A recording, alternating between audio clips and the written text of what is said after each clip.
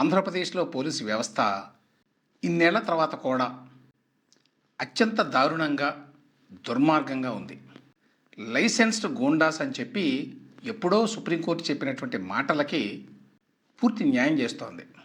విజయవాడలో గాదే సాయికృష్ణ అనే కుర్రాడిని కృష్ణాలంక పోలీసులు ఎత్తుకెళ్ళి నానా రకాలుగా హింసించి, చంపేసి, గుట్టు చప్పుడు కాకుండా కృష్ణలంక శ్మశానంలోనే అవశేషాలు కూడా దొరకకుండా దహనం చేశారు. ఇవి ఆరోపణలు. కానీ ఈ ఆరోపణల్లో పూర్తి వాస్తవం ఉన్నట్టుగా జరిగిన పరిణామాలు చెప్తున్నాయి. సాయికృష్ణ తల్లి విజయలక్ష్మి మాటలు వింటుంటే ఏపీ పోలీసులు ఎంత కర్కశంగా ఉంటారు, చట్టం అంటే వాళ్ళకి ఎంత చులకన, క్రూరత్వాన్ని ఏ స్థాయిలో వంట పట్టించుకున్నారు, ఒక మనిషిని జంతువు కంటే హీనంగా ఎట్లా చూడగలరు అనే విషయాలు ఎవరికైనా కూడా భయాన్ని గొలుపుతాయి. ఆ గేటు దాటి బయటకు వచ్చా, నా కేకలు వినిపించేటప్పుడు అమ్మో నా పిల్లోడు ఇక్కడే ఉన్నాడని చెప్పి నేను వెనక్కి వచ్చా.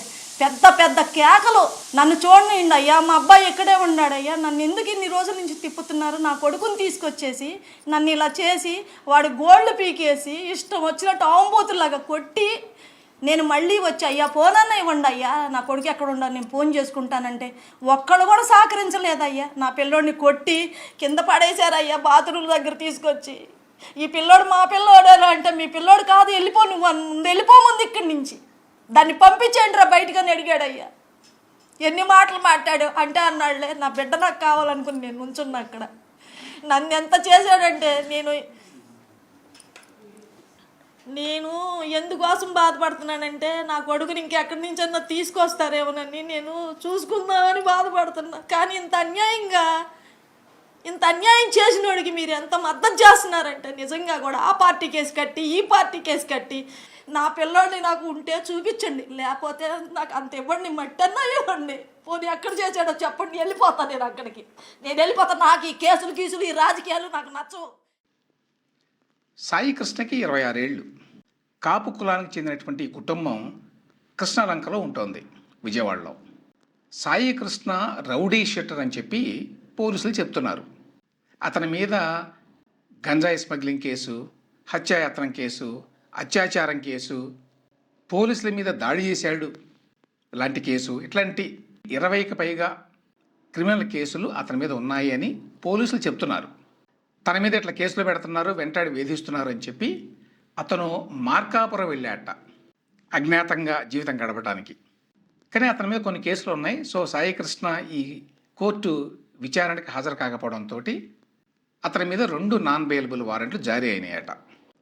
సో పోలీసులకి ఇప్పుడు అతనితో పని ఏమిటంటే 2 నాన్ బెయిలబుల్ వారెంట్స్ ఉన్నాయి. ఇక్కడ ఇంకో విషయం ఏం చెప్పాలంటే, ఈ సాయికృష్ణ కుటుంబ సభ్యులంతా కూడా జనసేన పార్టీకి మద్దతుదారులుగా ఉన్నారట. అట్లాగే విజయవాడలో వంగవీటి వర్గంతో సంబంధాలు కలిగి ఉన్నారు అని పత్రికలో వచ్చిన వార్తలు ఎంతవరకు నిజమో తెలియదు మనకి. సాయికృష్ణ తల్లి విజయలక్ష్మి ఇటీవల కాలంలో చెప్తున్నటువంటి మాటల ప్రకారం, అలాగే కోర్టులో ఆమె వేసినటువంటి పిటిషన్ ప్రకారం ఏం జరిగిందంటే, కృష్ణలంక పోలీసులట మే 9వ తేదీన విజయలక్ష్మిని, అంటే ఈ సాయికృష్ణ తల్లిని విజయవాడలో ఈ కృష్ణలంకలో ఆమె ఉండేటువంటి ఇంటి నుంచి స్టేషన్కి పిలిపించారట, కృష్ణలంక పోలీస్ స్టేషన్కి. నీ కొడుకు ఎక్కడున్నాడు, ఏం చేస్తున్నాడు అని చెప్పి అడిగారట. అయితే అంతకు ముందే అసలు ఇంటికి వచ్చి ఆవిడ్ని బయటికి తీసుకెళ్లే ముందే చేతిలో ఉన్న ఫోన్లు లాగేసుకున్నారట. నిజానికి ఆ విధంగా లాక్కోవడానికి పోలీసులకి హక్కు లేదు. నిజానికి ఆ విధంగా ఇంటికి వచ్చి ఆవిడ్ని పోలీస్ స్టేషన్కి తీసుకెళ్ళడానికి హక్కు లేదు. ఇవన్నీ అక్రమాలే, యాక్చువల్గా చట్ట ప్రకారం కావు ఇవి. సో ఆ ఫోన్ తీసుకొని దాన్ని ఇవ్వలేదట ఇక ఎన్నిసార్లు అడిగినా కూడా. సో ఎందుకు పిలిపించారు ఆవిడ్ని అంటే, ఈ సాయికృష్ణ ఆచూకీ కోసం అనుకోవాలి. ఈ ఫోన్ కూడా వీళ్ళు సీజ్ చేశారు కదా. సీజ్ చేశారంటే అఫీషియల్గా కాదు, అనఫీషియల్. లాగేసుకొని అందరూ చూసుంటారు. వాళ్ళ అబ్బాయి ఆవిడతో మాట్లాడుతూ ఉంటాడట. దాని ప్రకారం కనుక్కున్నారు మార్కాపురంలో ఉంటాడు అని చెప్పి. సో అదే రోజున అంటే 2026 మే 9వ తేదీన కృష్ణలంక పోలీస్ స్టేషన్కి చెందినటువంటి 2 పోలీసులు మార్కాపురం వెళ్ళి సాయికృష్ణని అదుపులోకి తీసుకున్నారు. ఈ మొత్తం వ్యవహారాన్ని నడిపించింది కృష్ణలంక సర్కిల్ ఇన్స్పెక్టర్గా ఉన్నటువంటి నాగరాజు అనేది అందరూ చేస్తున్న ఆరోపణ.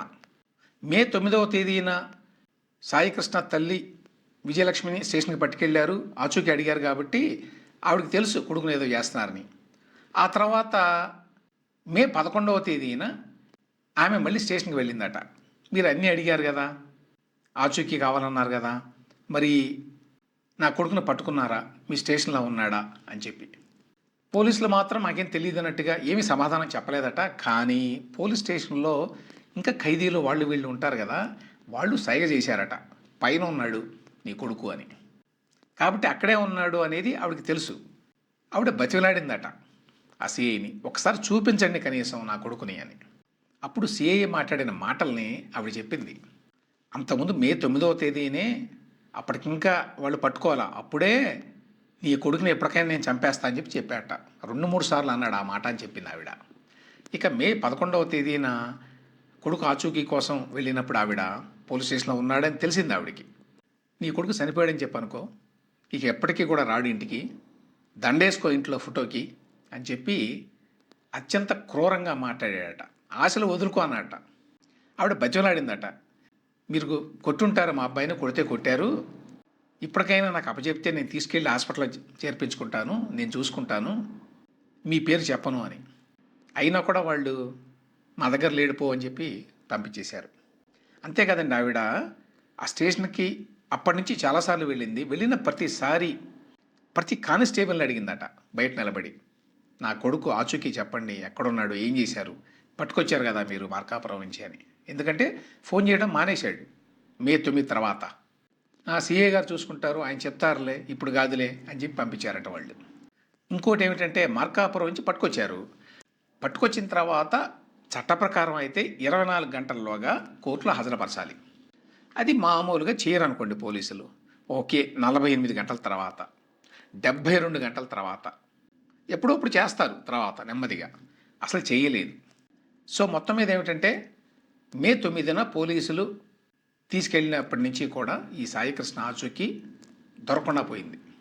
వాళ్ళ అమ్మ చెప్పేది ఏంటంటే, వేరే వాళ్ళంతా చెప్పారు, ఈ కృష్ణలంక పోలీస్ స్టేషన్లో సాయికృష్ణని కాళ్ళు విరిగేలా కొట్టారు, గోళ్ళు ఊడిపోయేలాగా పోలీసులు 3rd డిగ్రీ ఉపయోగించి బాదారు అతన్ని, దానివల్లనే అతను లాకప్ డెత్ అయి ఉంటాడని చెప్పి ఆవిడ అప్పుడే పాపం ఊహించింది.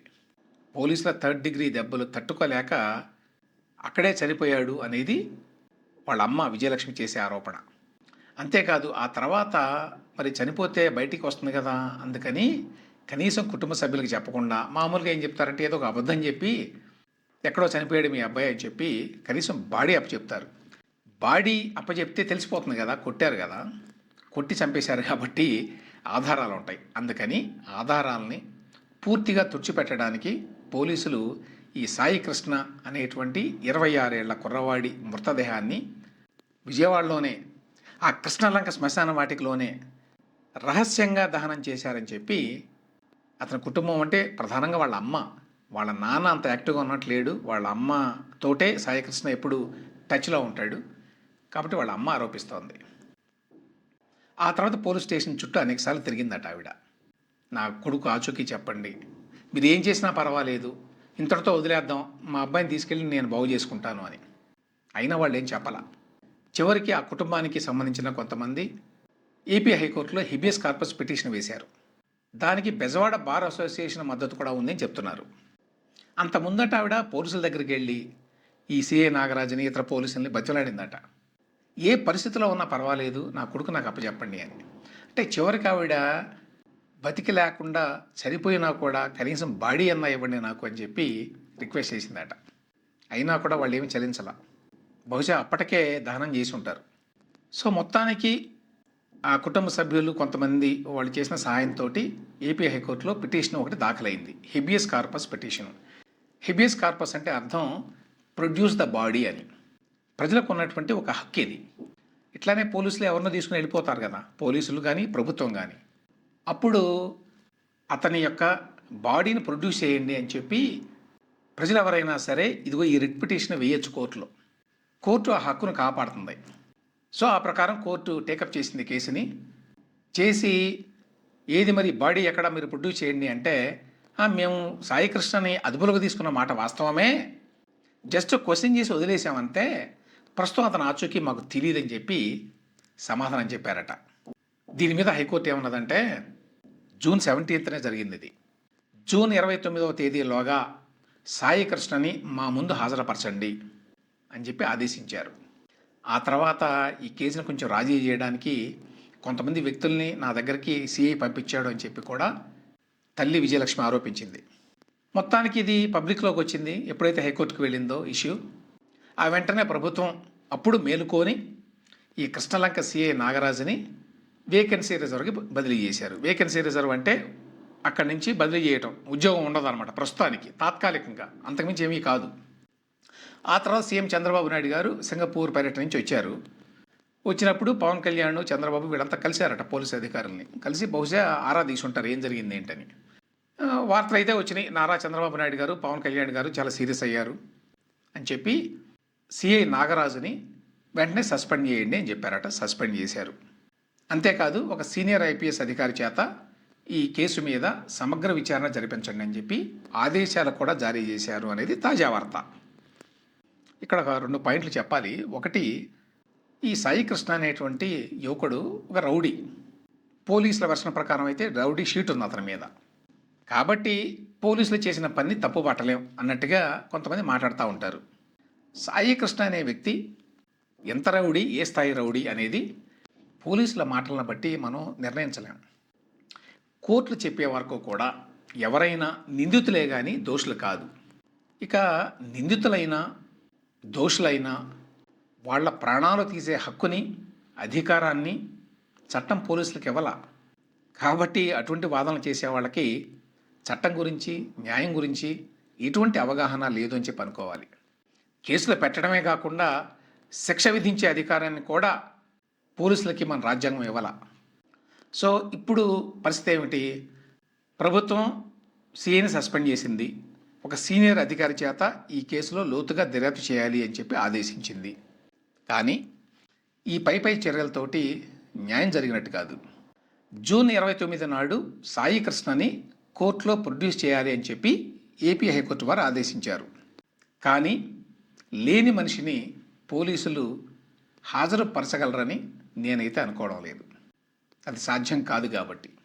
సో ఈ కేసుని మర్డర్ కేసు కింద ట్రీట్ చేసి బాధ్యులైన పోలీసు అధికారులందరి మీద కేసులు పెట్టాలి. ఈ కేసులో ఒక సిఐ నాగరాజునే కాదు, ఇందులో భాగం పంచుకున్నటువంటి ఆ కృష్ణలంక పోలీస్ స్టేషన్లో ఉన్న పోలీసుల్ని, అదేవిధంగా ఆ పోలీస్ స్టేషన్ ఎవరి పర్యవేక్షణలో ఉందో ఆ పై అధికారులను కూడా బాధ్యుల్ని చేయాలి. ఈలోగా ఈ సాక్షి మీడియా వారు దొరికింది కదా అని చెప్పి ఈ కేసు పేరుతోటి కాపుల్ని పవన్ కళ్యాణ్కి వ్యతిరేకంగా, కూటమి ప్రభుత్వానికి వ్యతిరేకంగా రెచ్చగొట్టాలని చెప్పి ప్రయత్నిస్తున్నారు. ఇది ఏదో ఒక కులానికి సంబంధించిన ఇష్యూ కాదు. ఇన్సిడెంటల్లీ అతను కాపు కులానికి చెందినవాడు.